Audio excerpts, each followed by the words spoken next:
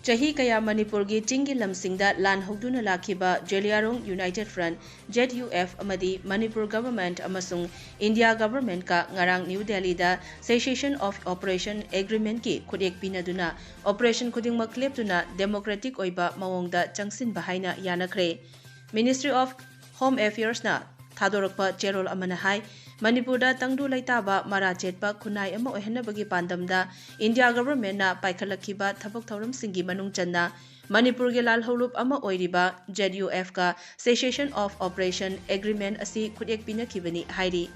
India government ki Union Minister of Home Affairs ki makok thongba official sing amasung ZUF ki mihut singi marakta khudek pinakhiba aduda Manipur gi Chief Minister Nongthombam Biren su saruk yakhi.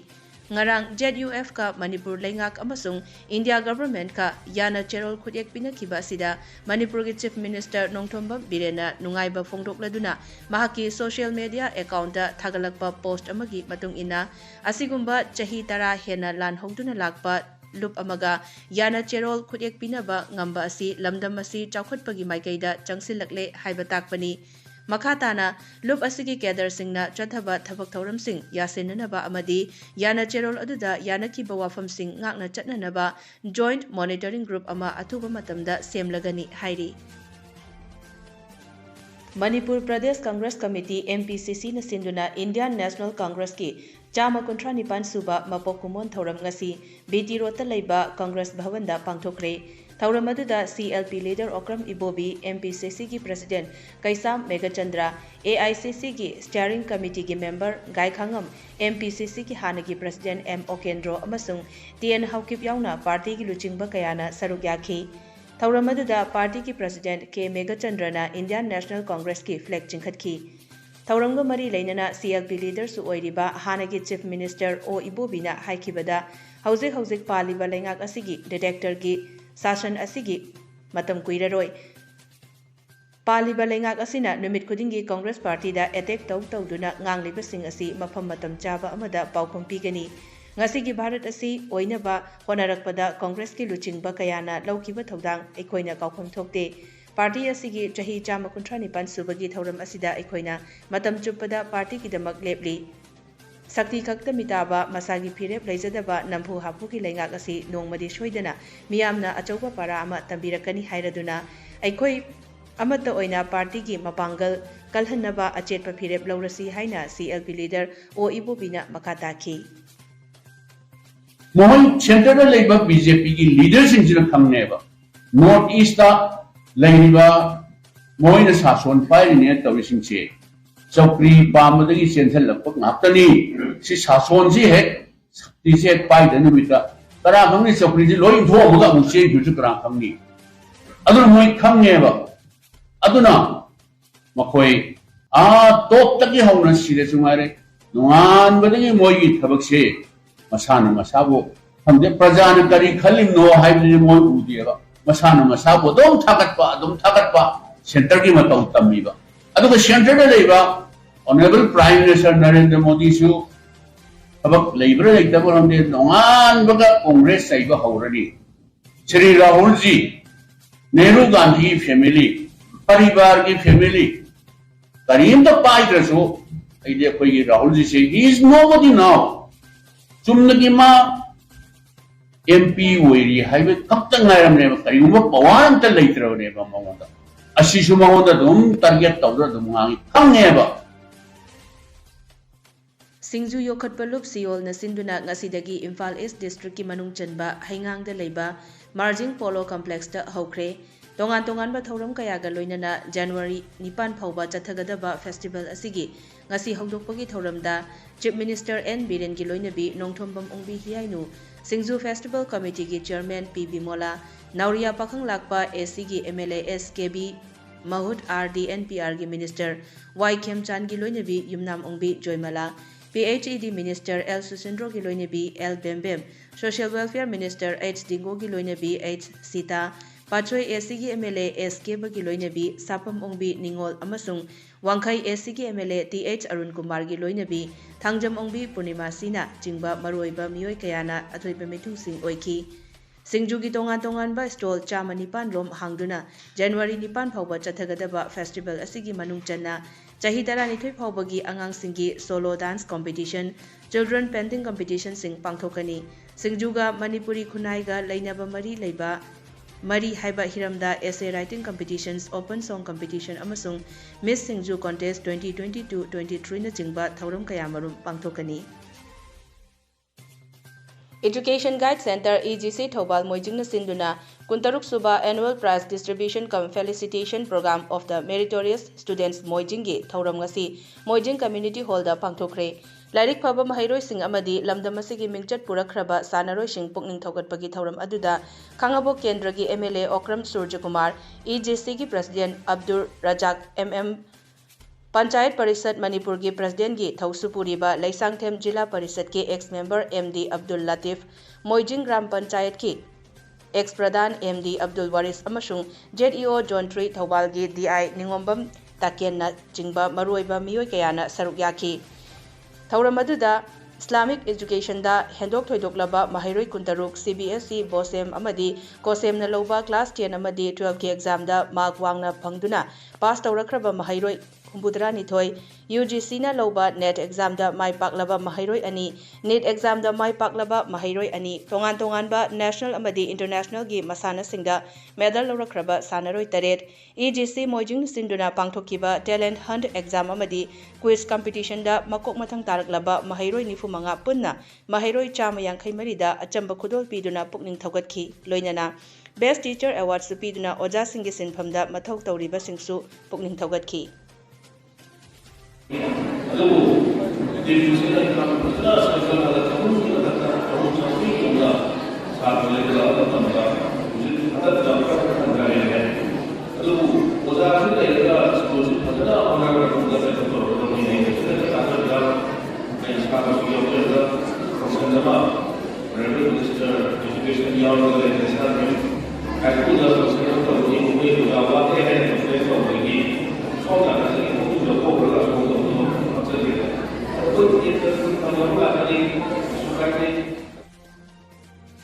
Manipuri Youth Front of Assam Maifagi Khongbu Amana ngasi Lakhipur gi MLA Kausik Rai ga unakre MLA ga unaba duda Maifagi President Thangjam Brozena Lengyan Fiyanduna ikai khumna kibaga loinana Manipuri loan bu Assam Sarkar gi Associate Official Loan ohenabagi matangda Maifagi Vice President Tampak Mayum Rehanuddin na memorandum amasu MLA da kusinaki MLA ga unaba duda Maifagi Advisor Seram Herajitna hai Aikogi nahasing Manipuri loan na tamlibasing asi Assam Sarkar gi thabak lawbagi khudong chaba kaya marum phangba ngamdre aduna athuba matamda official loan ohenbinaba honabiu loinana Assam gi CM ga Maifagi mihut singa wari sanabagi khudong chaba sinbinaba haiki MLA Kausik Rai na thazaba piraduna hai Maitei script asisu oina bhotnari aduga associate official loan su oinanaba CM ga wari di sanare aduna athuba matamda Maifaga CM ga phaminanaba silake haiki ngasigi MLA ga unaba duda Maifaga ex secretary general advocate Panjobam Lokenat secretary general Tampak Mayum Salaudin Tampak Mayum Abdul Ali na jingba sing saruk yaki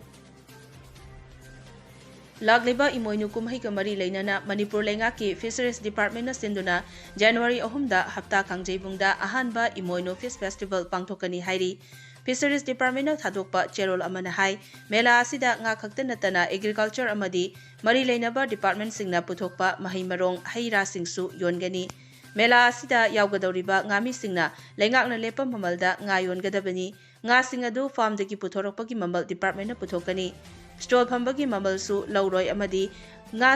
nga sing adu mela numitki ayuk punga pandagi taramathoi phawbagi manungda mela mafamda yorakadabani hairi Assam ki Dibrugarh gi mafam kaya marumda len yauna kanba nong nungsit sitkre maduda district adugi mafam kaya da yum chani mapan hena atek kai nak thokre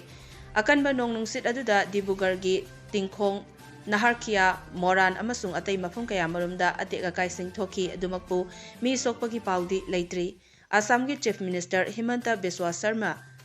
akanba nong nungsit aduda sokhan kibagi chang adu chapchana khanghananaba mahakna order thokre amasung soklaba sing aduda Assam lengakna chapchana mating pangani haikre